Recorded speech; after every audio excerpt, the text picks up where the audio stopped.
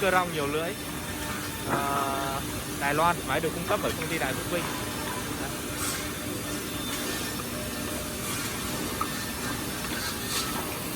Đây là phôi khu vực cắt tạo phôi. Này là máy cơ rong.